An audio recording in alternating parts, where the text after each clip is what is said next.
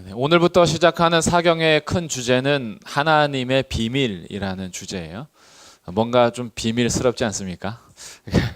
근데 이 비밀이라는 말 자체가 하나님께서 끝까지 감춰두셔서 비밀 집단을 만들려고 하는 것이 아니라 이 비밀은 하나님께서 보여주셔서 하나님의 나라를 이루고자 하는 하나의 이 단어예요. 그래서 이 비밀이라는 것을 우리가 함께 나눌 때 신약 성경에서는 이 비밀이라는 단어를 28번 씁니다. 이 28번 용례에 대해서는 내일 신약에 나타난 하나님의 비밀에서 더 나누면 좋겠고요. 이 비밀이라는 단어를 구약에서 사용할 때에는 다니엘서에서 써요.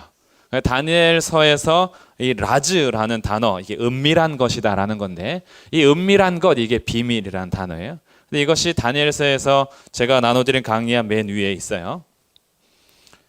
8번 이렇게 다니엘서에서 씁니다. 그래서 이 은밀한 것, 비밀 이런 것들을 사용하는데 제가 오늘 이제 나눌 때는 오늘은 구약에 나타난 하나님의 비밀이에요. 그래서 우리가 오늘 강의를 같이 우리 사경에 하면서 중요한 거는 이렇게 하나님의 역사가 계속 지금까지 진행이 되는데 우리들은 지금 어디를 살고 있냐 하면 예수님께서 십자가에서 모든 구원을 완성하시고 죽으시고 부활하시고 성령께서 오심으로 이때 성령께서 오시면서부터를 종말이라 그래요. 마지막 날. 그래서 이 마지막 날입니다. 그리고 이제 언젠간 예수님께서 재림하시겠죠. 이제 재림하시면 모든 세상을 하나님의 공의로 심판하시고 구원할 자를 새하늘과 새 땅에서 누리게 하시는 그 영원한 영생의 시간들이 이제 시작이 될 거예요. 물론 예수님을 믿는 믿음부터 이미 영생이 시작이 되지만 우리는 지금 이 마지막 날에 살고 있어요. 그래서 구약에 나타난 하나님의 비밀을 우리가 나눌 때 우리들은 이미 신약에서 하나님께서 밝혀주신 하나님의 나라 그리고 십자가의 비밀 이런 것들 복음의 비밀을 알고서 구약을 보거든요. 근데 오늘부터 오늘의 약속은 신약을 모른다 생각하셔야 돼요. 우리는 지금 구약 성도다. 그래서 신약을 모른다. 이게 이제 저희끼리 맞추는 거예요.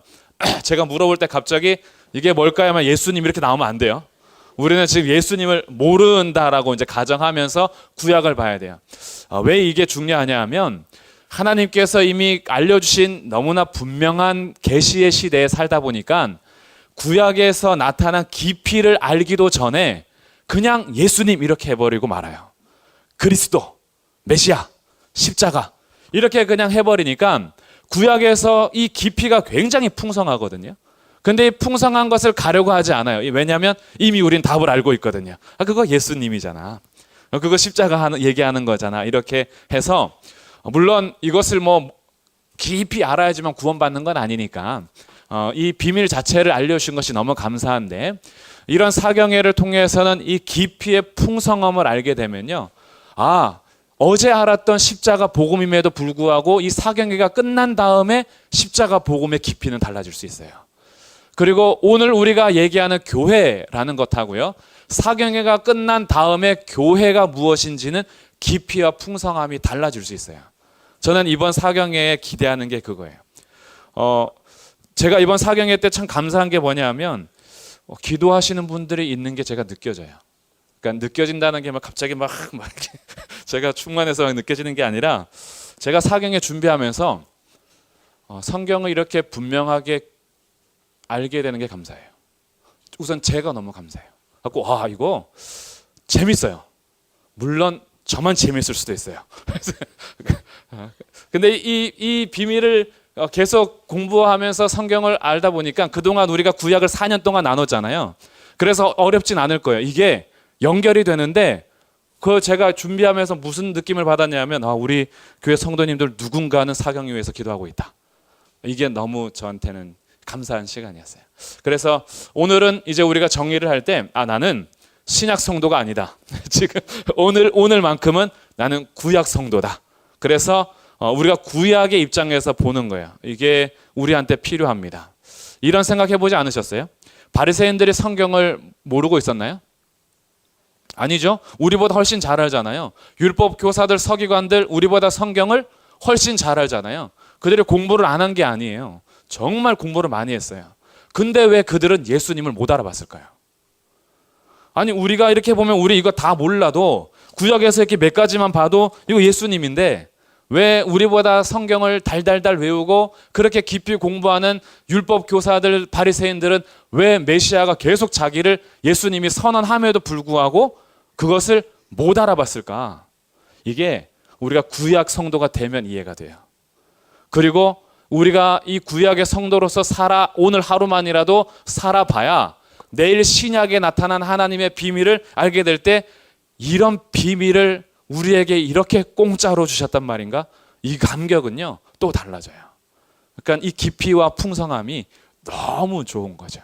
야, 우리에게 이런 복음의 비밀을 알려주셨단 말인가?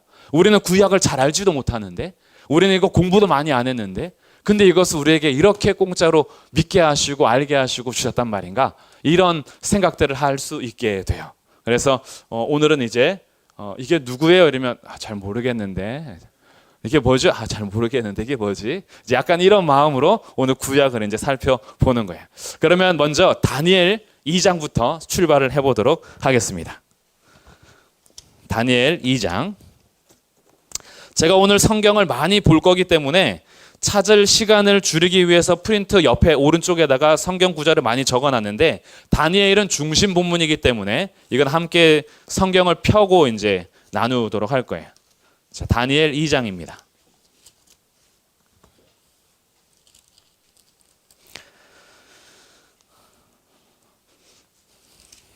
자, 다니엘 2장 내용은 우리가 잘 아는 느부갓네살 왕이 꿈을 꾸는 장면이죠.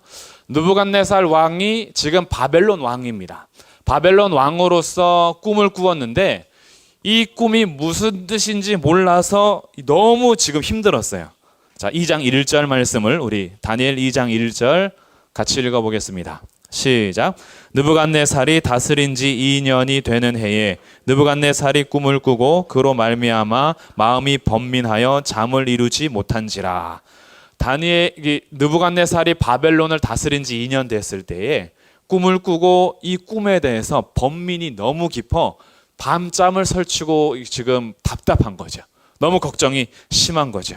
그래서 잠을 이루지 못하고 있다가 바벨론에 있는 박사들, 그리고 술객들, 주술가들, 점성가들, 이런 사람들을 다 부르고 공지합니다. 내가 무슨 꿈을 꾸었는지 말하고 그 꿈이 무슨 뜻인지를 해석해라, 이렇게 요구를 해요. 그러니까 거기 있는 점성술사들, 박사들, 박수들 다 뭐라고 왕께 대답하냐 하면, 왕이시여, 이거는 말이 안 됩니다. 11절입니다. 왕께서 물으신 것은 어려운 일이라 육체와 함께 살지 아니하는 신들 외에는 왕 앞에 그것을 보일 자가 없나이다. 이거는 말이 안 됩니다. 왕께서 만약에 무슨 꿈을 꾸었는지 말해 주시면 그러면 해석은 하겠습니다. 그런데 왕이 꾼 꿈이 무엇인지도 알아야 하고 그 해석도 알아야 하는 것은 육체를 가진 사람은 알 수가 없습니다. 이거는 신만이 알 수 있는 겁니다, 이거죠. 근데 느부갓네살 왕의 입장에서는 아니었어요. 지금 이 꿈이 보통 꿈이 아니긴 아닌데, 이 보통 꿈이 아닌 것을 해석해 내려면 이 보통 사람의 지혜로는 안 된다라는 걸 느부갓네살이 아는 거예요. 그러면 보통 사람의 지혜로 안 되는 꿈을 해석하려면 그가 신과 교통하는 자여야 하는데, 신과 교통하는 자라면 내가 무슨 꿈을 꾸었는지도 말할 수 있어야 된다는 거죠. 그래야지만 이 꿈에 대한 해석을 자기가 믿겠다는 거예요. 그러지 않으면 이 꿈을 얘기해 줬을 때 자기네끼리 그냥 끼워 맞힐 수가 있잖아요. 근데 그 정도의 꿈이 아니라는 것을 느부갓네살이 압니다. 그래서 이 점성술사들, 박사들이 다 하지 못하니까 지혜자들을 죽여라, 이렇게 명령이 된 거예요. 근데 이 지혜자들을 죽여라라는 명령 속에 지혜자에 포함되어 있는 사람이 포로로 잡혀갔던 다니엘과 친구들이 있는 거죠. 그래서 다니엘이 이렇게 요구합니다. 16절. 다니엘이 들어가서 왕께 구하기를 시간을 주시면 왕에게 그 해석을 알려드리겠습니다. 시간을 조금 달라 그래요. 그리고 나서 17절. 다니엘이 자기 집으로 돌아가서 친구 하나냐, 미사엘, 아사랴에게 그 일을 말해줍니다. 그리고 그의 18절에서 처음으로 이 단어가 등장해요. 하늘에 계신 하나님이 이 은밀한 일에 대하여, 이 은밀한 일, 이게 비밀이라는 거예요. 비밀. 이 비밀에 대하여 하나님께서 우리를 불쌍히 여기셔서 알게 해주시기를 기도하자. 이렇게 된 거죠. 그래서 다니엘이 하나님 친구들과 같이 하나님 앞에 이 은밀한 일, 이 비밀, 이것을 하나님께서 알게 해주시기를 요청했는데 19절 이에 이 은밀한 것, 이게 비밀이죠. 이 은밀한 것이 밤의 환상으로 다니엘에게 나타나 보였습니다. 그러면 이 은밀한 것은 뭐였는가? 이것에 대해서 이제 29절부터 다니엘이 설명하기 시작합니다. 자, 왕이여, 왕이 침상에서 장래일을 생각하실 때에 은밀한 것을 나타내시는 이가, 자, 은밀한 것, 이 비밀을 나타내는 이가 있다라는 거죠. 이 은밀한 것을 나타내시는 이가 장래일을 왕에게 알게 하셨대요. 근데 이 장래일이라는 것이 뭐냐 하면요, 28절 한 두 번째 줄에 28절 보시면 그가 느부갓네살 왕에게 후일에 될 일을 알게 하셨나이다. 여기서 후일에 될 일, 이 후일이라는 말이 내일 모레 이런 게 아니에요. 한 달, 두 달, 1년 후, 2년 후가 아닙니다. 여기서 말하는 후일이란 단어 자체가 날들의 마지막 부분이라는 뜻이에요. 이 후일이라는 말이 그냥 1년 후, 2년 후가 아니라 날들의 마지막 부분. 이게 뭐예요? 다른 말로 하면 종말 때에 이런 뜻이에요. 마지막 날, 마지막 날. 그러니까 이 마지막 날에 대해서 알게 하셨나이다 이런 거죠. 그러니까 장래일이라는 것이 단지 1년, 2년, 3년, 10년이 아니라 마지막 날까지의 일을 지금 하나님께서 은밀한 것을 나타내시는 그분께서 왕에게 보여주셨다라는 거예요. 그럼 그게 뭐냐? 먼저 꿈을 얘기합니다. 그 꿈이 31절부터예요. 왕이여, 왕이 한 큰 신상을 보셨습니다. 그 신상이 왕의 앞에 섰는데 크고 광채가 매우 찬란하며 그 모양이 심히 두려우니 우상의 머리는 순금, 가슴과 두 팔은 은, 배와 넓적다리는 놋, 종아리는 쇠, 발은 얼마는 쇠, 얼마는 진흙. 34절 또 왕이 보신즉 손대지 아니한 돌이 나와서 신상의 쇠와 진흙의 발을 쳐서 부서뜨리매. 무슨 말인지 모르시면 이제 그림을 보시면 돼요. 이런 꿈을 꿨다라는 겁니다. 이런 꿈.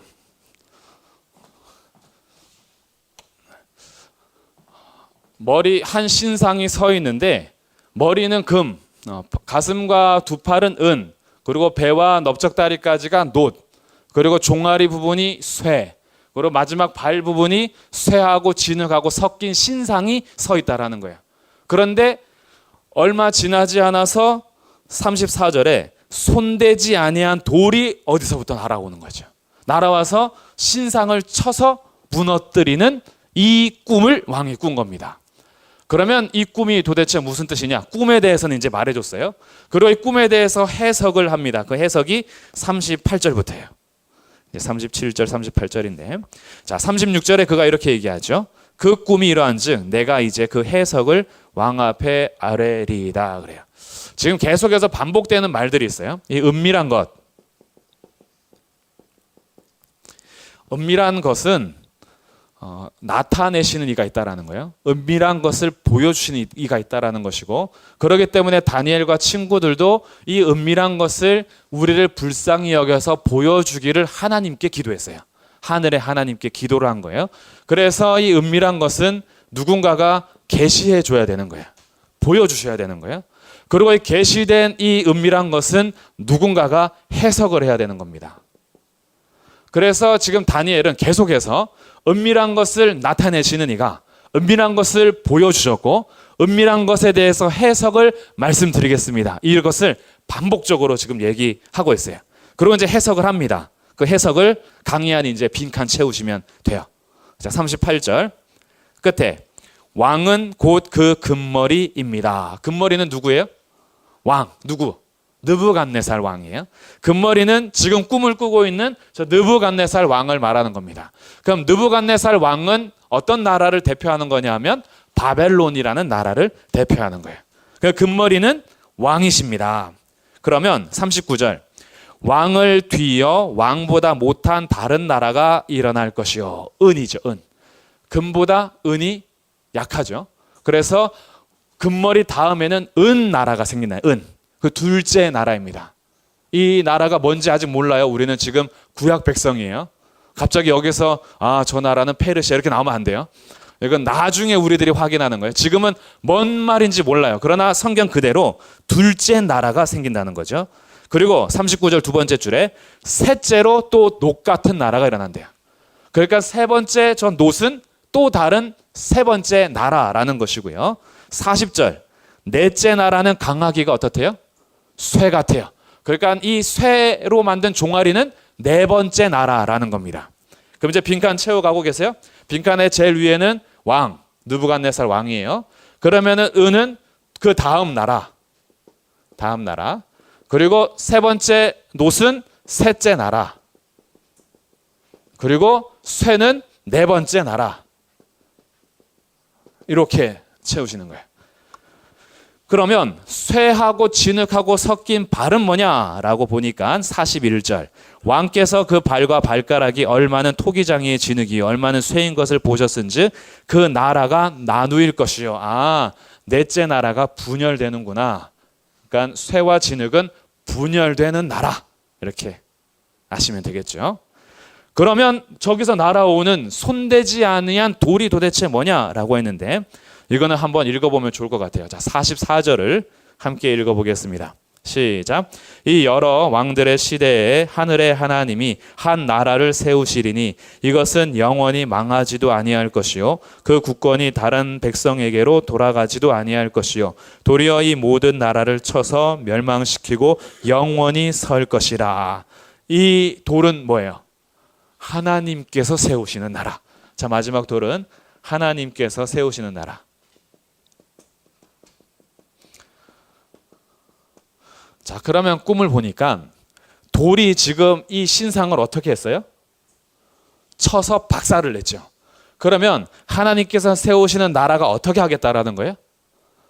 이 위에 세워진 나라들을 어떻게 하겠다? 박살내겠다. 그래서 45절 손대지 아니한 돌이 산에서 나와서 쇠와 녹과 진흙과 은과 금을 부서뜨린 것을 왕께서 보신 것은 크신 하나님이 장래일을 왕께 알게 하신 것이라. 그러니 손대지 아니한 돌, 하나님께서 세우시는 이 나라가 이 제국의 역사들, 이 나라들이 계속 반복되는데 이 나라들을 완전히 박살내시고 하나님의 영원하고 망하지 않은 나라를 세울 겁니다. 이게 장래일, 마지막 때에 될 일이라는 거죠. 이 마지막 때가 언제예요? 몰라요, 지금. 갑자기 이렇게 아시면 안 돼요. 마지막 날은 성령이 오신 다음에 종말 이렇게 나오시면 안 돼요. 우리는 지금 몰라요. 이것은 은밀한 일이었어요. 은밀한 일을 하나님께서 느부갓네살에게 보여주시고 다니엘이란 선지자를 통해서 알게 하시고 해석하게 하셔서 앞으로 될 마지막 나라 장래 일을 하나님께서 보여주신 거예요. 이게 다니엘 2장에서의 은밀한 것입니다. 근데 느부갓네살이 두 번째 꿈을 꿔요. 이 두 번째 꿈이 4장에서 나옵니다. 자, 4장 보시겠어요? 4장에서 4장 4절 나 느부갓네살이 내 집에 편히 있으며 내 궁에서 평강할 때에 한 꿈을 꾸고 그로 말미암아 두려워했다. 이번에도 이 꿈이 자기를 두렵게 했어요. 그래서 번민이 가득합니다. 이번에는 느부갓네살이 이 꿈에 대해서 말해주기로 결정했어요. 그래서 사람들을 불러 모아다가 6절에 내가 명령을 내려 바벨론의 모든 지혜자들을 내 앞으로 불러다가 그 꿈의 해석을 내게 알게 하라. 그래서 7절에 내가 그 꿈을 그들에게 말하였으나 그들이 그 해석을 내게 알려주지 못했다. 이번에는 꿈은 어떻게 했어요? 말해줬어요. 그런데 꿈에 대해서 해석을 못했다 그래요. 해석을 하려면 뭐가 필요하냐 면 은밀한 것을 나타내시는 그분의 계시가 있어야지만 해석이 가능해요. 그러니까 꿈을 말했다라고 해서 이들이 알 수 있는 건 아니었어요. 그럼 두 번째 꿈이 뭐였느냐? 두 번째 꿈이 나무 꿈입니다. 나무 꿈에 대해서 느부갓네살이 얘기했어요. 이 나무가 점점 아주 높이 세워지는데 얼마나 풍성한지 수많은 새들과 짐승들이 그 나무 아래에서 쉬었다. 근데 어느 날 갑자기 하늘에서부터 한 순찰자, 거룩한 자가 명령하는데 그 나무를 베라는 거예요. 나무를 쳐서 부서뜨리라는 거예요. 그런데 그루터기는 남겨둬라. 뿌리하고 그 구루터기를 남겨두고 그것을 무너뜨려라. 그러면 때가 되면 7대를 지나면 다시 회복할 거야 라는 이 꿈을 꾸었어요. 근데 느부갓네살이 꿈을 꾸면서 이 나무가 자기를 뜻한다라는 것을 어렴풋이 알고 있어요. 이것이 두려움이 된 겁니다. 그래서 그가 해석을 요구했는데 이 박사들이 알지 못하는 거예요. 그러니까 8절에 이렇게 하는 겁니다. 그 후에 다니엘이 내 앞에 들어왔으니 그는 내 신의 이름을 따라 벨드사살이라 이름한 자들이다. 근데 그 안에는 거룩한 신들의 영이 있는 자라. 이거는 왕의 입장에서 보는 거예요. 다니엘은 보통 사람하고 달라. 신이 그 안에 함께 있는 것 같은 거죠. 그래서 9절에 박수장 벨드사살아 내 안에는 거룩한 신들의 영이 있은즉 어떤 은밀한 것이라도, 이제 은밀한 것, 비밀이죠. 이 은밀한 것이라도 내게는 어려울 것이 없는 줄을 내가 아노니 내 꿈에 본 환상의 해석을 말해라. 이렇게 다니엘에게 요구를 합니다. 그래서 다니엘이 이제 해석을 하는 거예요. 그 해석에 대해서 나오는 것이 22절부터입니다. 왕이여 이 나무는 곧 왕이십니다. 이거죠. 근데 왕의 권세가 얼마나 견고하고 창대한지 하늘까지 닿았습니다. 그런데 23절 왕이 보신즉 한 순찰장 거룩한 자가 하늘에서 내려와서 나무를 베어 버렸는데 구루터기를 남아둔 것은 24절에 지극히 높으신 이가 명령하신 것입니다. 그래서 내 주 왕에게 미칠 것인데 왕이 사람에게서 쫓겨나서 들짐승과 함께 살며 소처럼 풀을 먹으면서 7대를 지내게 될 겁니다 라는 해석을 하죠. 그러니까 나무를 쳐라는 것은 누구를 치는 거예요? 왕을 치는 겁니다. 그래서 왕이 사람의 지혜가 사라지고 짐승처럼 지내게 되는 거예요. 어느 때가 될 때까지. 그러나 가능성이 있는 것은, 참 감사한 것은 26절 나무 뿌리에 그루터기를 남겨두라 하셨은즉 하나님이 다스리시는 줄을 왕이 깨달은 후에 다시 왕의 나라가 견고할 겁니다. 그러니까 완전히 뽑아버리진 않은 거죠. 이것을 깨달으면 왕이 다시 회복이 될 겁니다 라는 것이 해석이었어요. 그리고 이 일이 느부갓네살에게 실제로 일어납니다. 그러니 다니엘은 이 은밀한 것에 대해서 하나님의 계시를 받아 해석이 가능했죠. 이게 2장과 4장에서 다니엘의 은밀한 일을 해석하는 일인데, 다니엘에서 우리에게 분명하게 알려주는 사건이 2장에서 나와요. 다니엘이 뭐라고 얘기하느냐? 자, 2장 27절과 28절입니다.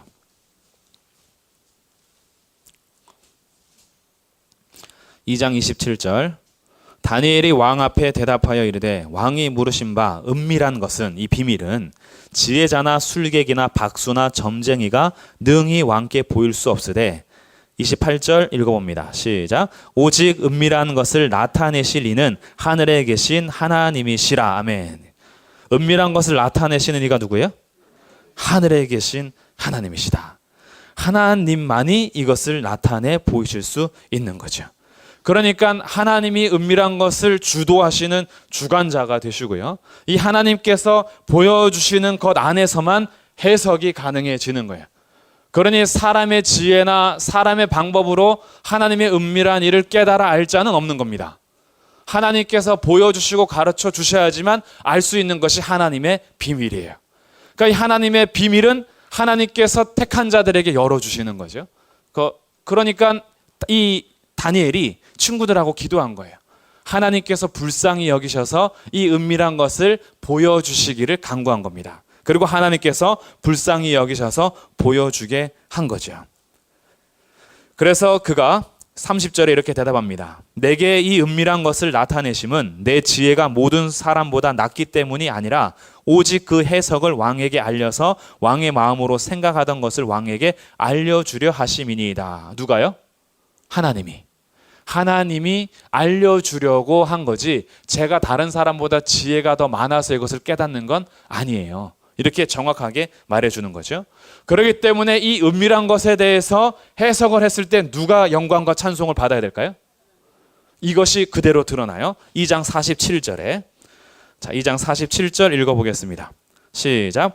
왕이 대답하여 다니엘에게 이르되 너희 하나님은 참으로 모든 신들의 신이시요 모든 왕의 주제시로다. 내가 능히 이 은밀한 것을 나타내었으니 내 하나님은 또 은밀한 것을 나타내시는 이시로다. 은밀한 것 계속 나오죠. 반복해서. 이 비밀을 알려주신 하나님이 찬송을 받으시는데 하나님이 모든 신 위의 신이라는 거예요. 하나님만이 모든 왕의 주제시라는 거예요. 그 하나님을 찬송하면서 결국 이 은밀한 것을 나타내시는 하나님이 영광과 찬송을 받으시는 것이 다니엘에게서 이제 드러나는 겁니다. 그렇다면 하나님의 이 비밀은 다니엘 시대에 처음으로 등장했던 것일까? 이 은밀한 일이라는 단어는 다니엘서에서 등장을 해요. 그러나 하나님의 비밀이 다니엘 시대에 갑자기 나타난 것이 아니라 하나님의 비밀은 창조 때부터 시작이 되었어요.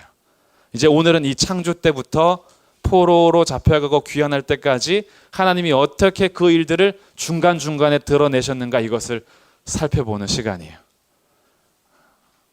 큰일 났네. 창세기부터 해야 되는데. 그래서 우리 한번 옆에 사람 좀 격려하면서 우리 정신 차립시다. 네. 우리 한번 좀 앞뒤 사람하고 좀 인사 좀 해주시고요.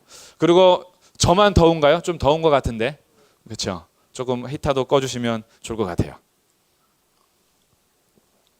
그래도 자꾸 졸리면 창문을 여는 거예요. 이렇게. 그래서.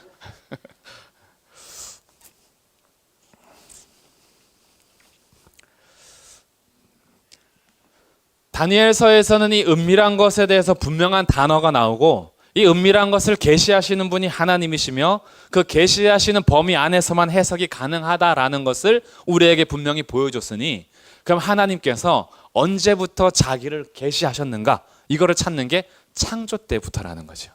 창세기 1장 1절 태초에 하나님이 천지를 창조하시니라. 그러면 하나님께서 천지를 창조하셨다라는 것은 무슨 뜻이에요? 하나님이 자기를 계시하신 것. 계시라는 건 뭐냐 하면 나타내셨다라는 뜻이에요. 하나님이 자기를 나타내시는데 언제 나타내셨냐 하면 천지 만물을 창조하시는 그때부터 나타내신 거예요. 이렇게 생각해 보겠어요? 하나님이 창조하지 않으셨다면 우리가 존재할 수 있을까요? 아니죠. 하나님이 창조하셨기 때문에 시작이 된 거예요. 그럼 하나님이 창조를 하셨다라는 것은 하나님이 자기를 이 피조 세계에 드러내셨다라는 거예요. 그럼 하나님께서 자기를 드러내시는 계시의 목적은 뭐였냐 하면 해석을 통해서 하나님이 영광을 받으시는 것처럼 하나님이 자기를 알리신 목적은 하나님의 영광을 위함이었어요. 그래서 모든 피조 세계는 하나님을 찬송하는 것으로 그 목적을 다한 겁니다. 그래서 시편 19편 1절에서도 하늘이 하나님의 영광을 선포하고 하나님의 영광을 선포하고 찬양하고 피조 세계가 시편 8편에서 여호와 우리 주여 주의 이름이 어찌 그리 온 땅에 아름다운지요. 주의 지으신 저 별들 또 주님께서 세우신 저 바다 바람 이 땅의 모든 자연 만물이 하나님을 향하여서 찬송하고 있어요. 로마서 1장에 보면 하나님께서 창조하신 거기에서부터 하나님의 영원한 신성과 하나님의 그 영광이 드러나 보이게 한 거죠. 그러니 이 창조 계시를 통해서 창세기 1장 1절에서부터 하나님은 자기를 드러내셨어요. 나타내신 거예요. 그래서 모든 피조 세계가 하나님을 찬송하며 하나님 앞에 영광 돌리며 살아가는 온전함이 있었어요. 근데 이 온전함이 언제 깨지죠?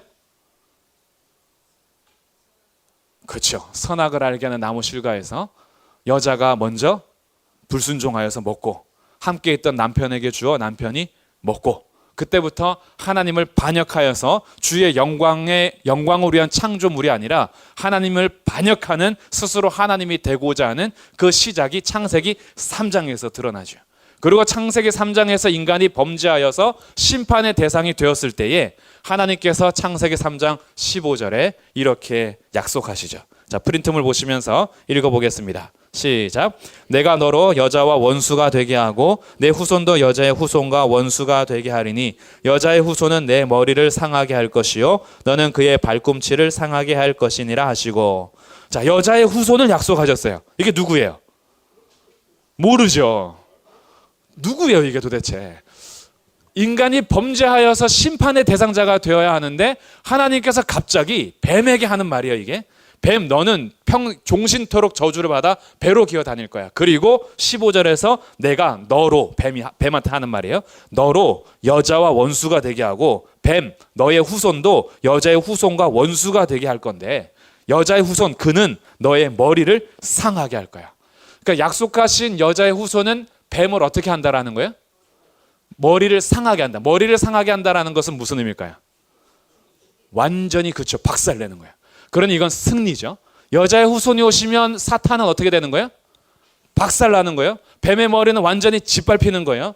하나님이 세우시는 나라가 이 나라들을 다 박살내는 것처럼 이미 창세기 3장 15절에서 약속한 여자의 후손은 뱀의 머리를 박살내는 거예요. 이게 처음 하나님께서 또 인간에게 보여주신 약속이었어요. 그 누군지는 몰라요. 여자의 후손이 오시면 그렇게 하겠대요. 그러고 나서 하나님께서 아브라함을 부르십니다. 자, 창세기 12장 3절 읽어보겠습니다. 시작. 땅의 모든 족속이 너로 말미암아 복을 얻을 것이다. 자, 아브라함을 부르시는데 아브라함에게 무슨 약속을 하시냐면 너가 복이 될 건데 내 이름을 창대하게 해서 복이 될 건데 너를 축복하는 자에게 내가 복을 주고 너를 저주하는 자에게 내가 저주할지니 땅의 모든 족속이 너로 말미암아 복을 얻을 것이다.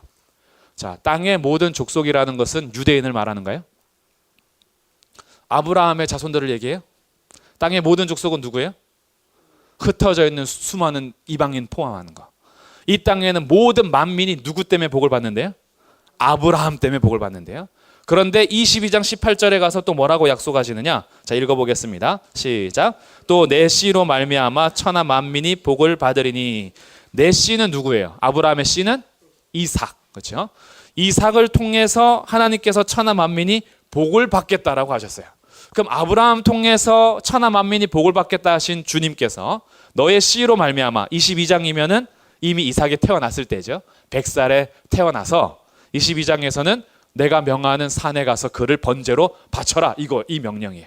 그래서 아브라함이 모리아 땅으로 가서 거기서 번제로 바치려고 하는데 아브라함아 아브라함아 내가 나를 경외하는 줄 알겠다. 그리고 나서 축복하는 거예요. 하나님께서 복 주시는 거죠. 너 씨로 말미암아 땅의 모든 족속이 복을 받을 거야. 천하 만민이 복을 받을 거야. 이렇게 약속을 하시는 거죠. 그러니 처음부터 하나님의 관심은 나중에 유대인들이 갖게 되는 선민 사상. 하나님께서 아브라함을 택하시고 이삭을 택하셔서 우리는 구별된 백성이야라는 자신들의 선민의식, 특권, 이 의식으로 출발한 게 아니었어요. 하나님은 처음부터 아브라함을 부르신 이유가 천하 만민이 복을 받게 하려고. 하나님께서 이삭을 주신 이유가 땅의 모든 족속 천하 만민이 복을 받게 하려고. 왜냐하면 지금 이 세상은 죄로 인해서 심판의 대상자니까. 아담과 하와 이후에 쫓겨나서 심판의 대상자인 이들에게 하나님은 구원을 시작하신 거죠. 그래서 아브라함을 통해서 그리고 이삭을 통해서 하나님은 땅의 모든 족속이 복을 받도록 다시 역사를 진행해 가는 중에 계세요. 그러다가 49장 8절 읽어보겠습니다. 시작. 유다야 너는 내 형제의 찬송이 될지라 내 손이 내 원수의 목을 잡을 것이요. 자, 야곱의 12아들 중에서 유다는 몇째 아들일까요?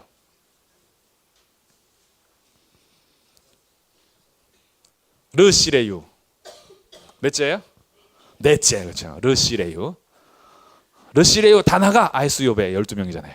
그래서 르시레유 넷째 아들인데 장자권은 원래 누구한테 가야 돼요? 첫째한테 가야 되잖아요. 근데 르우벤이 침상을 더럽혀서 탈락. 그럼 둘째, 셋째 시므온과 레위는 디나 강간 사건이 그 세겜 땅에서 칼 가지고 남자들을 할례 언약을 가지고 이용해서 다 죽여서 칼을 한 이 둘째, 셋째 탈락. 이제 넷째가 되는 거죠. 그래서 육체적으로는 르우벤이 장자지만 영적인 장자권은 유다가 가져갑니다. 그리고 땅에 대해서 장자권은 요셉이 가져가죠. 요셉이 2개 지파를 갖잖아요. 므낫세하고 에브라임. 그러면 이 유다를 통해서 하나님 뭘 약속하셨냐면 49장 8절에 유다야 너는 내 형제의 찬송이 될 것이다. 12지파 중에서 유다 지파가 찬송이 된대요. 그리고 나서 내 손이 누구의 목을 잡는데요? 원수의 목을 잡는데요. 뭔가 원수 언제 나왔었어요? 창세기 3장 15절에서. 그렇죠? 그렇죠. 내 여자의 후손과 원수가 되게 할 거다. 근데 이 원수의 목을 잡는 게 누구라는 거예요? 유다라는 거예요. 자, 지금 따라오고 계시죠? 창세기 3장 15절에서 여자의 후손이 뱀의 머리를 상하게 완전히 짓밟아 버릴 텐데 이 목을 잡는 원수의 목을 잡는 자가 유다랍니다. 유다. 그래서 유다가 형제들의 찬송이 되겠대요. 그럼 아브라함의 자손 유다 지파까지 오는 거예요, 지금. 그렇게 해서 유다를 통해서 또 하나님이 계시를 하셨어요. 이렇게 창세기에서부터 하나님의 계시가 드러나기 시작을 해요. 하나님이 자기를 나타내 보이실 뿐 아니라 타락하여서 심판받아야 될 이 백성들에게 하나님은 구원을 성취하시기 위해서 여자의 후손을 약속하시고 여자의 후손은 아브라함을 통해서 아브라함과 이삭을 통해서 야곱과 유다를 통해서 하나님이 인간 역사에서 구원사를 계속 진행해 가고 있다는 걸 알게 돼요. 그러고 나서 유다 지파가 아닌 레위 사람을 부르십니다.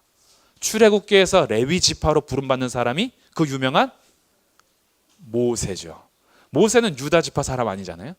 레위 지파 사람으로서 하나님께서 모세를 택하여 그가 이스라엘을 구원하게 될 한 선지자로 세우십니다.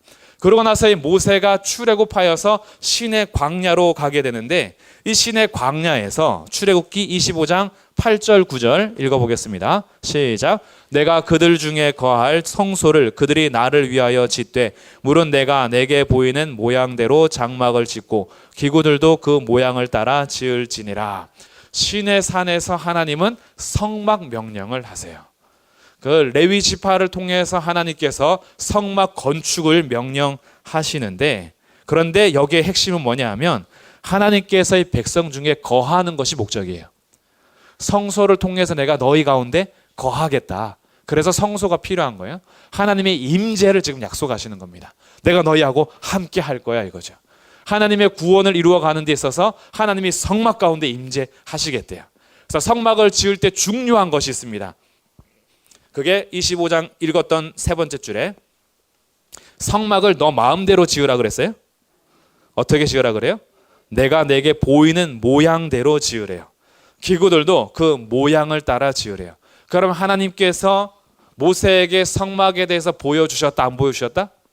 보여주셨다. 하나님께서 은밀한 것을 나타내셨어요. 이 성막이 결국은 뭘 나타내는 거예요? 모르죠 우리는. 근데 뭔가를 참을 보여주신 거 아니겠어요? 참을 보여주시고 그 모양대로 땅에다가 지으래요. 그러니까 이 참을 보고 나서 그 하나님께서 가르쳐주신 모양대로 성막을 짓게 되는데 이 성막을 지으라는 명령과 완성하는 그 기사에서 반복적으로 하는 것이 있어요.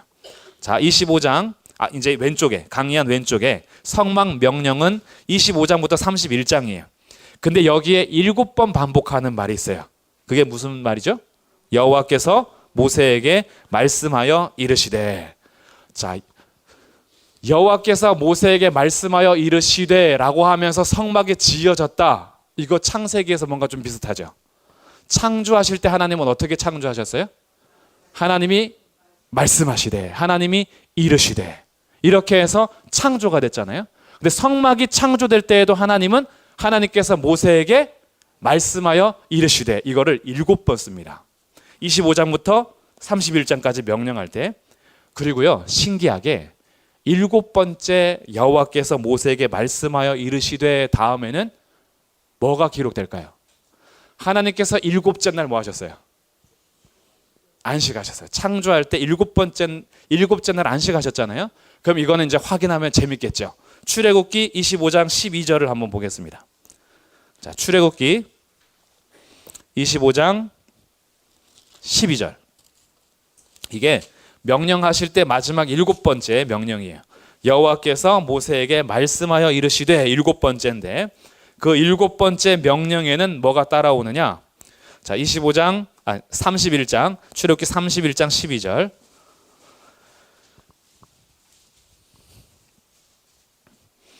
자, 우리 12절과 13절 읽어보겠습니다. 시작. 여호와께서 모세에게 말씀하여 이르시되 너는 이스라엘 자손에게 말하여 이르기를 너희는 나의 안식일을 지키라. 이는 나와 너희 사이에 너희 대대의 표징이니 나는 너희를 거룩하게 하는 여호와인 줄 너희가 알게 함이라. 자, 7번째 명령에서 안식일이 등장하죠. 그러니까 이게 하나님의 창조하실 때 이르시되 됐던 것들 성막도 하나님께서 보여주신 대로 이르심에 이런 것이 진행이 되는 거예요. 7번째 안식일까지 해서 닫습니다. 그리고 성막 명령한 이후에는 이제 실천이 필요하겠죠. 성막을 완성하는 성경이 39장부터 진행이 되는데 39장에서는요. 여호와께서 모세에게 명령하신 대로 하였더라 이것이 10번 나옵니다. 하나님께서 모세에게 말씀하시는 것은 창조 때 말씀하시는 것처럼 하는데 여기에 대해서 처음에 창조할 때 피조세계는 말씀하시면 그대로 된 거예요. 끝이죠. 중간 역할이 없어요. 해가 있으라면 해가 있는 거예요. 달아 있으라면 있는 거예요. 근데 성막은 사람을 통해서 지어요. 그러다 보니까 하나님이 이르시되까지는 똑같은데 중간에 순종할 자가 필요한 거죠. 그 순종할 자가 모세인 거예요. 그 모세가 순종하는데 10번씩이나 반복해서 39장에서는 여호와께서 모세에게 명령하신 대로 하였다. 10번을 반복해줘요. 이거는 온전한 순종을 말하는 거예요. 하나님께서 보여주신 대로 순종했다라는 거예요. 하나님께서 말씀하신 대로 순종했다라는 거예요. 그리고 40장에 결론적으로 이렇게 마무리를 하고 있습니다. 여호와께서 모세에게 명령하신 대로 되니라. 이 창세기에서 어떻게 돼요? 말씀하심에 그대로 되니라. 이걸 7번 사용해 주고 있어요. 이렇게 해서 40장이 성막을 완성하는 것까지 마무리해 줘요. 그러니까 하나님께서 은밀한 것을 모세에게 보여주시고 모세는 보여주신 대로 순종하여서 순종한 그대로 성막이 완성이 되는데 그때 마지막에 보여주는 하나님의 그 사건이 뭐냐면요. 이제 우리 프린트물에 출애굽기 40장 34절과 35절 읽어보겠습니다. 시작. 구름이 회막에 덮이고 여호와의 영광이 성막에 충만하매 모세가 회막에 들어갈 수 없었으니 이는 구름이 회막 위에 덮이고 여호와의 영광이 성막에 충만함이었으며 말씀하심에 그대로 순종하여 그대로 됐을 때 성막에 뭐가 충만해요? 여호와의 영광이 충만하대요.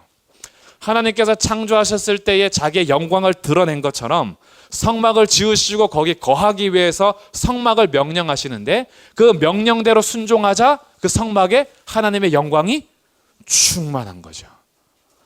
여기에서 이제 비밀들을 알려주기 시작하는 거예요. 하나님의 말씀하신 대로 그대로 되는 사건에는요.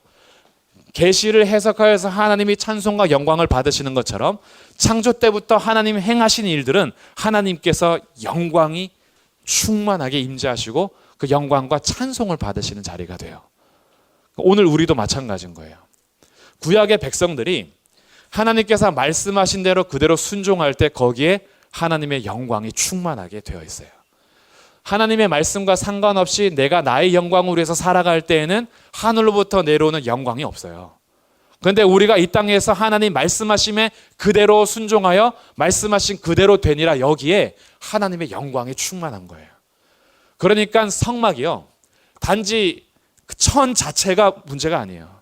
그냥 그 노수로 만든 번제단 자체가 그 스스로가 영광이 있는 게 아니에요. 하나님 명령하신 그대로 되는 거기에 하나님의 영광이 충만한 거예요. 오늘날 마찬가지겠죠. 성도가요. 그냥 존재한다라고 해서 하나님 영광이 충만한 게 아니에요. 교회가 그냥 십자가 걸어놨다라고 해서 건물 지었다라고 해서 영광이 충만한 거 아니에요. 하나님 말씀하시는 대로 순종할 때 거기에 충만한 거예요. 하나님의 영광이요. 우리의 삶이 마찬가지라는 거예요. 우리의 삶이 하나님 말씀하심에 그대로 될 때 그때 우리의 삶이 하나님의 영광으로 충만해지는 거예요. 이것을 지금 성막을 통해서 보여주셨어요. 하나님의 비밀이 뭔가 하나씩 드러나는데 도대체 이 성막에 나타난 하나님의 영광은 무엇이란 말인가? 도대체 이 성막은 어떤 것을 참 것을 보고 이 땅에 이렇게 만들게 하셨단 말인가? 그걸 모르죠. 감춰져 있으니까.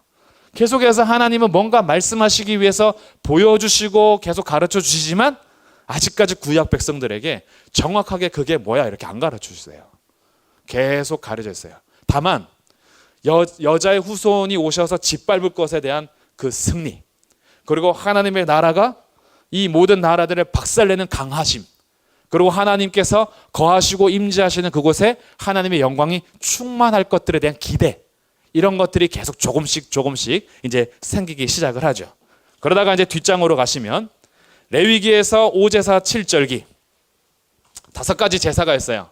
한 글자씩 따면은 우리 어떻게 외웠죠? 변소? 예, 불났어요. 뭐야? 변소 화재건. 네. 번소 화재건. 그래서 번제, 소제, 화목제, 속죄제, 속건제. 이 다섯 가지 제사. 우리 집 변소에 불났어요. 변소 화재건. 그래서 이렇게 다섯 가지의 제사와 일곱 가지 절기, 6월절부터 시작해서 초막절까지 유무초, 나속초 이렇게 6월절, 무교절, 초실절, 이렇게 그다음에 유무초오, 오순절, 나팔절, 속죄일, 초막절 일곱 가지 절기.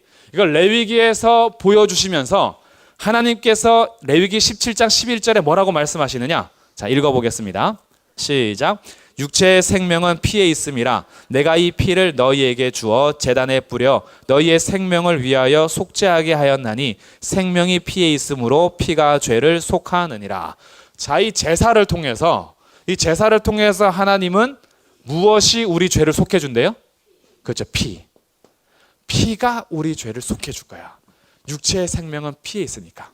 근데 이 레위기 17장 11절의 말씀이 어디에 붙어 있는 거냐 하면 너희가 고기를 먹더라도 피채는 먹지 마라 이거예요. 여기에서 따라오는 말이에요. 왜 피채 먹지 말라 했냐면 육체의 생명이 피에 있기 때문에. 우리의 양식을 위해서 고기는 주시지만 그 고기가 그 짐승의 생명을 앗아가는 생명을 먹으라는 건 아니었어요. 그러니까 피에 대해서는 금한 거였죠. 그래서 육체의 생명은 피에 있으니까 피는 먹지 말아야 되는데, 그런데 여기서 이어지는 것이 제사에 대한 비밀. 피가 죄를 속해 줄 거야. 왜? 그 피가 우리 생명을 대신해 줄 테니까. 그 피로서 육체의 생명을 대신하니까. 그래서 제물이 말하고자 했던 것은 피로 죄속하게 하는 하나님의 제물, 진짜 제사, 이것을 향한 그림자로 지금 이 제사를 알려준 거죠. 그러면 참 제물과 참 제사는 도대체 무엇이란 말인가? 이게 뭐예요? 그 모르죠. 우리는 그냥 매일 번제하고 그냥 또 화목제물, 속죄제물 계속 제사를 반복하는데, 이 제사를 드릴 때마다 우리들은 매번 죄 지을 때마다 해야 되는 불완전한 제사. 완전한 제사라면 우리 죄를 단번에 속해줘야 되잖아요. 피가 우리 죄를 속해주니까. 그럼 내가 송아지 한 100마리 잡으면 내 죄가 속해져야 되는데 안 속해져요. 소를 1000마리 들이든 10,000마리 들이든 우리 죄를 속할 수 없는 불완전한 제사. 그럼 도대체 어떤 제물이, 어떤 제사가 우리 죄를 속해준단 말인가, 사해준단 말인가? 거기에 대한 기다림. 그러니까 이 제사와 제물도 하나님께서 약속하신 진짜를 향해서 달려가고 있는 거죠. 그러나 아직 감춰져 있어요. 은밀한 거예요. 하나님께서 아직까지 명확하게 보여주지 않은 구약의 성도들, 그렇게 살아가다가 하나님께서 말씀하신 땅도 없고 거기에서 이제 지파들이 땅을 분배받았어요. 그러나 분배받은 그 땅에서 서로가 마무리하는 사사시대는요, 사사기 21장 25절 읽어봅니다. 시작. 그때에 이스라엘에 왕이 없으므로 사람이 각기 자기의 소견에 옳은 대로 행하였더라. 각각 자기 멋대로, 자기가 옳은 대로, 자기가 생각하는 대로 살아가는데 그 이스라엘에 왕이 없다. 그러니 이 땅을 다스려야 될 누가 필요하다라는 거예요? 왕이 필요하다. 그럼 도대체 이 왕이 누군가라고 하는 그때의 모델을 보여줍니다. 그 모델이 누굴까요? 왕 중에서 모델이 되는 왕 한 명 있죠. 다윗. 그렇죠? 다윗이 기준이잖아요. 그 왕이 선하다 악하다 평가될 때에는 그가 다윗과 같은가 다윗과 같지 않은가, 이 기준이 돼요. 다윗과 같은 자가 선한 왕이라는 것은 다윗이 기준이 된다라는 거예요. 그럼 하나님께서 기준이 되는 다윗하고 언약을 맺는 장면이 있는데, 이게 사무엘하 7장 16절입니다. 읽어보겠습니다. 시작. 내 집과 내 나라가 내 앞에서 영원히 보존되고 내 왕위가 영원히 견고하리라. 자, 하나님께서 다윗에게 뭘 약속하셨어요? 왕위가 어떻게 하겠대요? 영원하겠대요. 너의 왕위는 영원할 거야. 그러면 다윗의 국가가 망하면 돼요, 안 돼요? 안 되죠. 근데 다윗의 국가가 망했어요, 안 망했어요? 망했어요. 그럼 뭐죠? 하나님이 뻥치신 거예요? 하나님이 거짓말한 거예요? 하나님은 다윗에게 너에게 왕위가 영원히 견고하게 할 거야 라고 다윗의 국가, 다윗의 왕국이 영원할 것을 약속하셨어요. 그런데 우리는 현실을 알아요. 이스라엘은 망했어요. 남유다도 망했어요. 포로로 잡혀갔어요. 그래서 백성들이 질문을 했어요. 포로로 잡혀간 제사장들, 레위인들, 그리고 하나님의 백성들, 참 선지자들이 이건 뭐지? 하나님께서 분명히 다윗에게 그 왕위가 영원히 견고할 것을 말씀하셨는데 우리 현실은 왜 망했는가? 첫 번째, 하나님이 거짓말하셨다. 두 번째, 하나님은 약속을 지킬 수 없는 능력이 없는 분이다. 둘 다 땡. 그럼 이제 세 번째 질문. 우리가 다윗의 왕국을 잘못 이해하고 있었나? 다윗의 왕국이란 무엇일까? 이것을 다시 찾기 시작했어요. 그래서 나오는 역사가 역대 상하예요. 그래서 역대 상하는 제사장 성전 중심으로 이스라엘 역사를 다시 펼치는 거예요. 레위 족속, 제사장들, 노래하는 사람들, 예배하는 사람들, 이런 성전 중심, 제사장 중심으로 이스라엘 역사를 다시 봅니다. 포로로 잡혀간 상태에서 이 국가를 다시 보는 거예요. 아, 다윗의 왕국은 정치적인 국가가 아니었다라는 걸 알게 되죠. 하나님께서 약속하신 다윗의 왕국은 하나님을 예배하는 왕국이었다라는 걸 알게 돼요. 그리고 이 나라는 영원히 견고할 것을 알아요. 그리고 진짜 다윗을 기다리게 되는 거죠. 이 다윗은 진짜 메시아가 아니었어. 우리가 기다리는 그 왕이 아니었어. 우리를 압제해서 벗어나게 할 그 왕이 아니었어. 다윗은 그냥 역사 속에서 있다가 가는 그런 한 왕이었어요. 진짜 왕은 누군가? 이렇게 포로로 잡혀간 멸망의 상태에서 보여주는데 그때 다니엘을 통해서 하나님이 보여주신 거예요. 다니엘은 포로 백성이잖아요. 유다가 멸망하고 포로로 잡혀갔을 때 하나님께서 보여주시는 것, 유다가 망한 거 아니야. 하나님의 나라가 망한 것 아니야.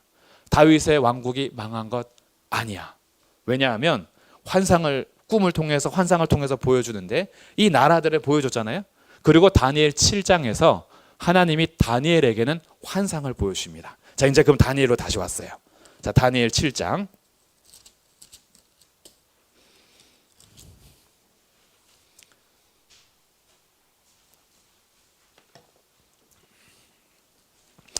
다니엘 7장 2절부터 다니엘이 자기가 본 환상, 꿈에 대해서 기록을 합니다. 다니엘 7장 2절. 우리 조금 어려운 단어들이 막 등장하는데 우리 2절부터 8절까지 한번 교독해 보겠습니다. 다니엘 7장 2절부터 8절까지. 다니엘이 진술하여 이르되 내가 밤에 환상을 보았는데 하늘에 네 바람이 큰 바다로 몰려 불더니 첫째는 사자와 같은데 독수리의 날개가 있더니 내가 보는 중에 그 날개가 뽑혔고 또 땅에서 들려서 사람처럼 두 발로 서게 함을 받았으며 또 사람의 마음을 받았더라.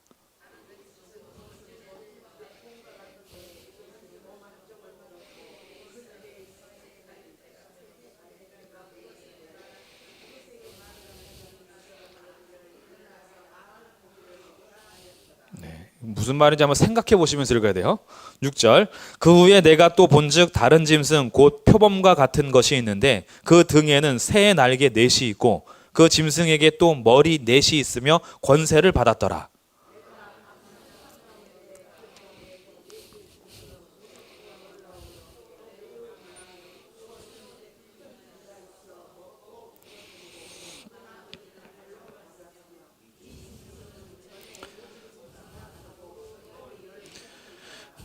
팔절 제가 읽을게요. 내가 그 뿔을 유심히 보는 중에 다른 작은 뿔이 그 사이에서 나더니 첫 번째 뿔 중에 셋이 그 앞에서 뿌리까지 뽑혔으며 이 작은 뿔에는 사람의 눈 같은 눈들이 있고 또 입이 있어 큰 말을 하였더라. 무슨 말이에요? 이건 무슨 판타지 소설에 나오는 그런 모양들이죠. 다니엘이 환상을 보는데 이 네 짐승을 봤어요. 그런데 비슷한 거 하나 찾을 수가 있는 게 있어요. 자, 7절에서 내가 밤 환상 가운데 그 다음에 본 넷째 짐승은 무섭고 놀라우며 또 매우 강하며 또 뭐가 된 이가 있어요? 쇠로 된 이. 쇠 어디서 봤는데 있죠, 쇠. 아까 느부갓네살의 꿈 중에서 종아리는 쇠로 된 나라는 넷째 나라. 근데 지금 이게 네 번째 짐승. 뭐가 비슷하네? 나오죠.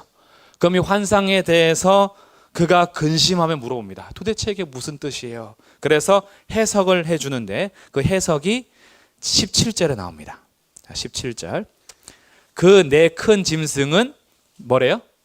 세상에 일어날 내 왕이랍니다. 아, 여기서 봤던 이 이상 아주 회개망측하게 생긴 이 짐승들은 왕을 의미하는 거구나. 그러면 첫 번째 사자와 같은 왕이 있고, 두 번째 이 곰과 같은 왕이 있고, 세 번째 표범과 같은 왕이 있다라는 거죠. 그러면은 이제 나오겠죠. 아, 첫 번째 왕, 첫째 왕, 그리고 두 번째는 둘째 왕, 그리고 셋째 왕, 그리고 네 번째가 좀 특이해져요.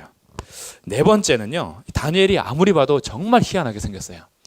그래서 혹시나 인터넷에서 다니엘 환상 내 짐승 이렇게 찾아보시면요, 누군가가 이런 거 그림 그려놨거든요. 사자에다가 막 날개 달린 거 그려놓고, 그리고 곰이 그 폭립 같은 거 이렇게 뼈 물고 있고 이렇게 기울어져 있는 곰도 그려놓고 하는데, 네 번째 짐승은요, 이 사람마다 다르게 그려놨어요.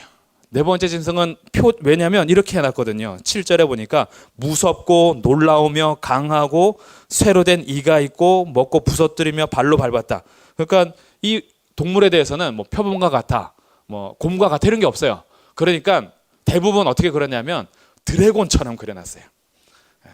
공룡이나 아니면 이게 하늘에 용이 막 뿔 달려 있는 거, 이런 걸로 이제 많이 그려놨어요. 그러나 뭔지는 몰라요. 그래서 다니엘도 그 짐승이 계속 신경 쓰였어요.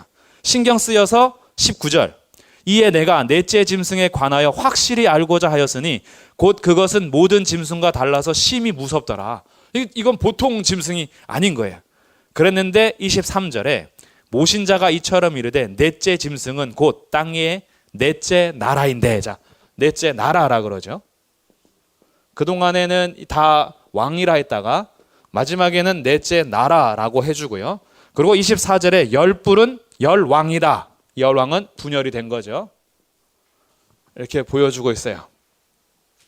자, 그러면 느부갓네살이 꿈꿨던 거하고 다니엘이 본 환상하고 맥락이 같죠. 똑같은 거예요. 그러니까 다니엘을 통해서 보여주는 겁니다. 그런데 이 왕이라는 것은 결국 왕은 국가를 대표하는 거예요. 그래서 첫째 나라, 둘째 나라, 셋째 나라, 넷째 나라인데 이 넷째 나라는 둘 다 강하기가 쇠 같아서 아주 무서운 나라가 된다라는 거예요. 이게 뭐야? 그걸 모르겠어요. 뭔지 모르는데 이런 것들을 지금 계속 보여주고 있고요. 8장에서도 그렇고 다음에 계속 환상 가운데 뭐 순양이 나오고 두 뿔 가진 순양이 나오거니 뭐 한 뿔 가진 또 순염소가 나오고 이러면서 계속 짐승을 통해서 뭔가 될 일들을 보여주고 있어요. 이 은밀한 것들을 보여주고 있는 거죠. 그런데 이때에 누가 나타나냐 하면, 자, 9절입니다. 7장 9절. 내가 보니 왕좌가 놓이고 옛적부터 항상 계신 이가 좌정하셨는데, 자, 8절까지 해서 이 환상을 봤잖아요. 이 환상을 봤는데 갑자기 이 눈을 들어서 왕좌를 보는 거예요. 근데 왕좌에 누가 있다 그래요? 옛적부터 항상 계시니. 누굴까요? 옛적부터 항상 계시니. 그렇죠? 이건 알 수 있잖아요. 이거는 뭐 신약까지 안 와도 알 수 있어요. 옛적부터 항상 계시니는 위에 계시는 하나님이에요. 근데 하나님의 모습을 설명한 것이 그 옷의 희기가 눈 같고 머리털은 깨끗한 양의 털 같고 그의 보좌는 불꽃이요 불이요 이러면서 이 신비한 저 위에 계신 다르신 분, 구별되신 분, 이것을 표현해줘요. 근데 여기에 한 분이 또 등장합니다. 13절 읽어보겠습니다. 시작. 내가 또 밤 환상 중에 보니 인자 같은 이가 하늘 구름을 타고 와서 옛적부터 항상 계신 이에게 나아가 그 앞으로 인도되매. 옛적부터 항상 계신 이에게 나아가는 사람, 이걸 뭐 같은 이라 그래요? 인자 같은 이. 자, 인자 같은 이가 나와요. 인자? 인자 하면 이제 모르죠, 인자. 그죠? 인자 같은 이. 이게 누구지? 인자 같은 이가 옛적부터 항상 계셨던 그분에게 가서 14절 권세와 영광과 나라를 받아와요. 그러니 이 인자 같은 이가 이런 권세를 받아오는데 그 다음에 20절 내 나라에 대해서 설명해 준 다음에 20절에 또 그것의 머리에는 10뿔이 있고 그 외에 또 다른 뿔이 나오며 새 뿔이 그 앞에서 빠졌으며 그 뿔에는 눈도 있고 큰 말을 하는 입도 있고 그 모양이 그의 동류보다 커 보이더라. 내가 본즉 이 뿔이 성도들과 더불어 싸워 그들에게 이겼더니, 이 뿔이 나와서 성도들을 어떻게 했어요? 밟아버렸어요. 성도를 밟았어요. 성도가 패배했어요. 그런데 22절 읽어보겠습니다. 시작. 옛적부터 항상 계신 이가 와서 지극히 높으신 이의 성도들을 위하여 원한을 풀어주셨고 때가 이름에 성도들이 나라를 얻었더라. 누가 결국은 승리했어요? 옛적부터 계신 이가 승리했어요. 이건 나중에 이제 계시록에서도 나오는데 우리가 신약에 나타난 하나님의 비밀에서 이런 것들이 명확하게 이제 보일 거고요. 그 다음에 교회에 나타난 하나님의 비밀을 통해서 이것이 어떻게 교회에 역사되고 나타나는지를 보게 될 텐데, 오늘 우리 선교사님 통해서 박해 현장에 대해서 자세는 못 들어도 우리 뉴스를 통해서도 보잖아요. 그래서 제가 여기에 대해서 이제 관심이 더 갔죠. 근데 제가 이 하나님 비밀을 준비하는 중에 요한계시록 주석에서 아주 명쾌하고 제가 너무 가슴이 벅찬 걸 하나 봤어요. 이거는 내일 모레 해야 되는 건데 오늘 제가 예고편으로 해준다면 여기서 연결되는 거예요. 지금 21절에서는 성도들이 졌어요. 그런데요, 22절에 진 다음에 진짜 승리가 나타나요. 하나님이 일하시는 거죠. 그래서 요한계시록을 주석하는 그 그레고리 빌이라는 그 주석가가요, 요한계시록에서 이 모티브를 따와서 요한계시록을 해석하는데 거기서 뭐라고 해석해 줬냐면, 성도들의 이김은 물리적으로 패배하고 박해받는 중에 시작된다 그래요. 성도들의 이김이 가서 그 권세들을 물리적으로 짓밟음으로 이기는 것이 아니라 세상 권세가 성도들을 짓밟아서 성도들이 패배하면 그때부터 하나님의 승리가 나타난대요. 중국이 그렇게 될 것 같아요. 우리나라가 그랬고 로마에서 이스라엘이 그랬고 기독교인들이 그랬던 것처럼 박해 현장에서 기독교가 사라지지 않고 오히려 그 안에서 진짜 승리가 나타나잖아요. 하나님이 거기에서 일하시는 것들을 다니엘서에서도 보여주고 요한계시록에서도 보여줘요. 그러니까 이것을 보여줄 때 우리가 갖게 되는 건 뭐예요? 짓밟힐 때, 패배할 때, 박해받을 때 그건 지는 게 아니라 우리가 죽고 박해받은 그 이후에는 누가 승리하는 거예요? 하나님이 승리하신대요. 그러면 박해받는 현장에서 우리에게 필요한 건 뭘까요? 믿음으로 인내하는 거예요. 이게 요한계시록에서 말하고자 하는 거죠. 지금 박해받는 게 지는 게 아니야. 우린 죽을 거야. 박해받을 거고 고난을 당할 거야. 왜냐하면 이것들이 나타나서 짓밟아 버리니까. 그러나 항상 계셨던 그분, 옛적부터 계셨던 그분이 진짜 승리를 취하실 거야. 벌써 신약 나오면 안 되는데. 이런 모티브가 십자가에서 이미 드러나는데 이거 이제 내일 나오고. 그럼 지금은 뭔지 모르겠어요. 지금은 옛적부터 항상 계신 이가 이 뿔들과 싸워서 패배한 성도들에게 다시 원한을 풀어주고 성도들이 나라를 갖는 거죠. 그리고 주님의 심판이 이제 완전히 이루어집니다. 26절, 27절. 심판이 시작되면 그는 권세를 빼앗기고 완전히 멸망할 것이요. 그래서 그는 위에서 성도들을 괴롭혔던 그 뿔 중에서 나왔던 그가 완전히 패배함을 당할 것이고, 나라와 권세와 온 천하 나라들의 위세가 지극히 높으신 이의 거룩한 백성에게 붙임바 되리니 그의 나라는 영원한 나라다. 자, 영원한 나라. 하나님 세우시는 그 돌이 날아와서 이 나라들을 박살내는 것. 그래서 태산을 이루어 가는 거죠. 그러다 보니까 시편 2편 9절 읽어보겠습니다. 시작. 내가 철장으로 그들을 깨뜨리며 질그릇같이 부수리라 하시도다. 시편 2편 하면은 너는 내 아들이라 이거였죠. 너는 내 아들이라. 열방을 구하라. 이방 나라들을 구하라 주실 것이요. 그가 철장으로 그들을 깨뜨리며 질그릇같이 부술 것이다. 그러니까 이 아들이 오시면 어떻게 한다는 거예요? 이 나라들을 박살내는 거예요. 나라가 오시면 박살내는 거예요. 그러니까 이 나라는 결국 왕들이 나라로 대처됐던 것처럼 하나님 세우신 나라는 한 왕으로 이제 가는 거죠. 그 왕, 하나님의 아들이 오시면 철장으로 질그릇을 부수는 것처럼 이방 나라들을 부수시겠대요. 스가랴 12장 8절 9절 읽어보겠습니다. 시작. 그날에 여호와가 예루살렘 주민을 보호하리니 그 중에 약한 자가 그날에는 다윗 같겠고 다윗의 족속은 하나님 같고 무리 앞에 있는 여호와의 사자 같을 것이라. 예루살렘을 치러 오는 이방 나라들을 그날에 내가 멸하기를 힘쓰리라. 그날이 되면 여호와가 자기 백성들을 보호하시겠대요. 그래서 예루살렘을 치러 오는 이방 나라들을 어떻게 해요? 멸하시겠답니다. 이 승리를 보장해 주셨어요. 그리고 말라기 4장 1절 2절 읽어봅니다. 시작. 만군의 여호와가 이르노라. 보라, 용광로 불같은 날이 이르리니 교만한 자와 악을 행하는 자는 다 지푸라기 같을 것이라. 그 이르는 날에 그들을 살라 그 뿌리와 가지를 남기지 아니할 것이로되 내 이름을 경외하는 너희에게는 공의로운 해가 떠올라서 치료하는 광선을 비추리니 너희가 나가서 외양간에서 나온 송아지 같이 뛰리라. 하나님께서 결국 심판하실 거래요. 4장에서 만군의 여호와가 용광로 불같은 날로서 교만한 자, 악을 행하는 자 다 살라버리실 거랍니다. 심판주로 나타나실 그때에 자기 백성을 위해서는 하나님을 경외하는 자를 위해서 공의로운 해가 떠올라 치료하는 광선을 비추겠대요. 그러니 심판주로 등장하시면서도 자기 백성을 치료하는 광선으로 날개로 이렇게 업어가시는 그분이 기다리는 메시아의 모습이에요. 그럼 이렇게 정리할 때 은밀한 것이 명확하게 무엇인지 보여주지 않았고 그럼에도 불구하고 하나님은 여전히 계시하셨어요. 창조 때부터 타락한 이후에도 계속해서 계시하셨어요. 그리고 다니엘을 통해서는 해석까지 보여주시면서 앞으로 될 나라들에 대해서 밝혀주셨어요. 이 나라가 그때 당시에는 모를지 몰라도 나중에 역사가 끝난 다음에 이 나라들이 어떤 나라인지 우리는 다 알게 돼요. 근데 지금 구약 백성들은 아직 몰라요. 자기네가 경험하지 않은 미래에 대한 이야기였으니까. 그럼에도 불구하고 하나 확실한 게 있어요. 하나님 세우시는 나라, 손대지 아니한 돌이 오면 그것들을 부수시는 그런 모습으로 메시아가 올 거래요. 그러다 보니까 정리, 구약에서 기대하게 되는 메시아의 모습은 어떨까요? 지금 다 성경에서 계시하고 은밀하게 보여준 것들을 우리가 찾아봤어요. 그러면 구약에서 보여주는 메시아의 모습은 1번 약합니까? 강합니까?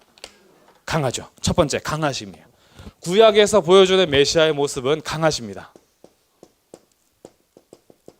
두 번째 구약에서 보여주시는 메시아의 모습은 승리합니까? 패배합니까? 승리하시죠. 이게 구약에서 나타난 메시아의 모습이에요. 그럼 우리가 구약 성도라면 앞으로 메시아가 오실 때 그 메시아가 연약한 모습으로 올까요? 강한 모습으로 오겠죠? 그 메시아가 오셔서 패배하실까요? 승리하시겠죠? 그 뭔가 좀 이해되지 않습니까? 왜 그렇게 성경을 연구하고 가까이 있었던 바리새인과 율법교사들 서기관은 예수님을 못 받아들였을까? 성경에 나타난 메시아의 모습이 아닌 거예요. 아니 성경에서 오시는 여자의 후손은 뱀의 머리를 짓밟아 버려야 하고 그리고 천하 만민이 그로 말미암아 복을 받아야 하며 이방 나라들은 철장으로 질그릇 깨뜨려 버리듯이 부서뜨려야 하고 용광로 불같은 심판으로 심판하셔야 되고 강해야 되고 이 모든 나라들을 완전히 박살낼 손대지 아니한 돌로 오셔야 하는데 예수님은 안 그랬어요. 받아들일 수가 없는 거죠. 나사렛에서 무슨 선한 것이 날 수 있겠냐. 십자가에서 내려오면 믿겠다. 승리잖아요. 로마 제국에서도 건지지 못하는 그가 어떻게 우리 메시아가 돼? 약속한 메시아가 아닌 거예요. 구약에 나타난 메시아의 모습은 강하셔야 하고 승리하셔야 돼요. 이게 하나님의 비밀에 나타나는 표면적인 비밀이었어요. 근데 거기에서 본질적인 비밀은 신약에서 나타내기 시작해요. 이게 내일 시작하는 거예요. 오늘까지 듣고 이제 내일 안 오시면 후회. 그러니까 이제 우리가 오늘 구약 백성이라면 왜 예수님 시대에 그들이 못 받아들인지 어렴풋이 이해가 되죠. 우리는 지금 이거 1시간 들었어요. 1시간도 안 돼요. 이 짧은 시간에 들은 거 가지고도 그렇네 라고 하는데 그들은요 1500년 동안 지켰던 거예요. 1000년 이상을 이 말씀 따라서 순종하며 살려고 했던 사람들이에요. 예수님 오시기 전에 그렇게 박해를 받아도 다들 죽을지라도 오직 하나님께만 그 예배하겠다고 꿇지 않아서 죽었던 수많은 순교자들이 냈던 것이 유대인들이었어요. 근데 그들이 왜 예수님을 못 받아들이겠어요? 1000년 동안 자기네가 알고 왔던 하나님의 비밀의 구원자 모습이 아니잖아요. 구약에서 계속해서 우리에게 알려졌던 그 모습이 아니잖아요. 다니엘에게 보여줬던 이 강한 나라가 아니잖아요. 오히려 나라한테 압제당하고 나라에게 잡혀가서 힘없이 가서 재판당하여 십자가에서 달리는 그가 어찌 메시아가 될 수 있어요? 그럴 수 없죠. 신성 모독하는 자일 뿐이죠. 자기가 뭔데 승리도 못하고 강하지도 않으면서. 그러니까 거부하는 거예요. 거부할 뿐 아니라 화가 나는 거예요. 그러니까 예수 믿는 자들을 죽이려고 다니는 거죠. 우리가 지켜왔던 율법에 대해서 무시하면서 예수 믿는 자 그들을 어떻게 해서든지 박살내려고 이런 부딪힘이 계속되죠. 그런 가운데에 하나님께서 예수님을 때가 참에 보내주셔서 신약에서 이 구약의 표면적인 비밀이 아니라 이것 뒤에 숨어있는 진짜 비밀을 이제 계시하기 시작하실 거예요. 신약을 통해서. 그래서 내일은 함께 모여서 이 구약을 이어서 신약에 나타난 하나님의 비밀을 계속 이어하도록 하겠습니다. 자, 마지막 부분은 정리하는 건데요. 비밀은 은밀한 것이고요. 첫 번째, 계시와 해석이 필요합니다. 은밀한 것은 계시 의존성이에요. 하나님이 보여주는 만큼만 알 수 있어요. 그러니까 하나님께서 아직 다 안 보여주실 때는 아무리 지혜자도 하나님의 은밀한 것을 알 수 없어요. 계시와 해석이 필요합니다. 두 번째, 역사 가운데 점점 더 알려주십니다. 이걸 점진성이라 그래요. 창세기부터 시작해서 하나님의 역사를 조금씩 더 보여주세요. 점점 전진하면서 우리에게 밝혀주시죠.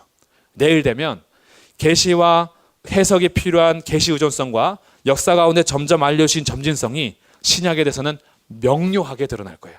그래서 계시가 은밀한 것이 명료성으로 나타나게 됩니다. 그래서 내일도 같이 기도해 주시고요. 기도하면서 함께 기대해 주시고 그러면서 내일 계속해서 사경의 둘째 날을 이어가도록 하겠습니다.